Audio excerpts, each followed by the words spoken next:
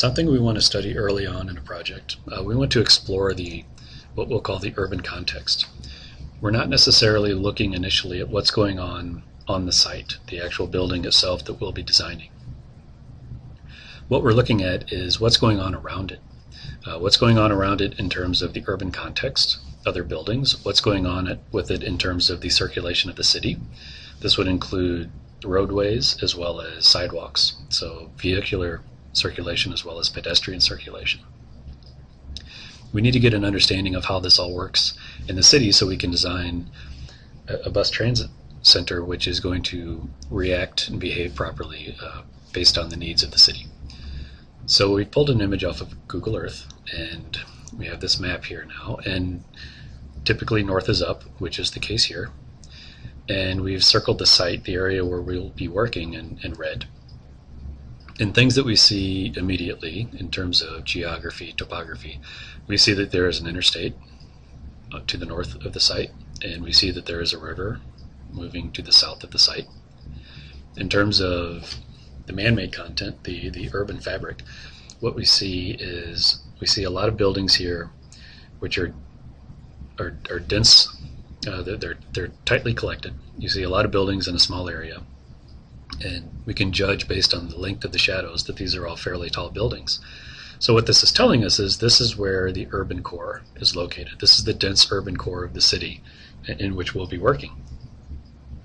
We can also see that to the east and to the north that it's fairly sparse. So we would anticipate that we are going to have a lot of circulation and a lot of activity from our project site that is going to be moving to the west and to the south. As we zoom in a little bit closer to the actual site to see where we're going to be working, again, this is the site where we'll be designing the new bus transit center as outlined here in red.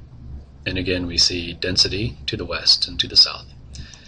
We're also seeing a little more information as far as the layout of the streets, so the circulation of other vehicles. You can see there's a main road to the north of the site, and this main road to the north of the site is going to be a main carrying component for the bus system and how it's going to transfer and move people throughout the city.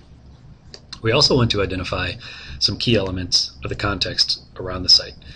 Because this is a transit-based facility, it's a bus transit center, we start tagging things like the Amtrak station here, the freight house here, the historic railroad building in this location.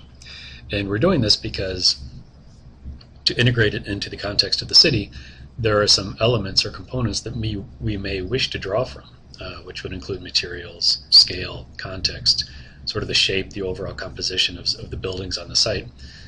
We may wish to tie into that. There are projects where you want to do that. There are other projects where you may wish to ignore some of the existing context and do something completely different.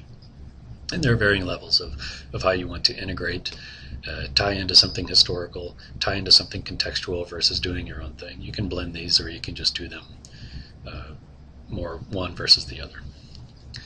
So now that we have seen what's the layout of the city, what's the main traffic patterns in terms of pedestrians as well as the vehicles, what we want to look at is what does that mean for bus operations.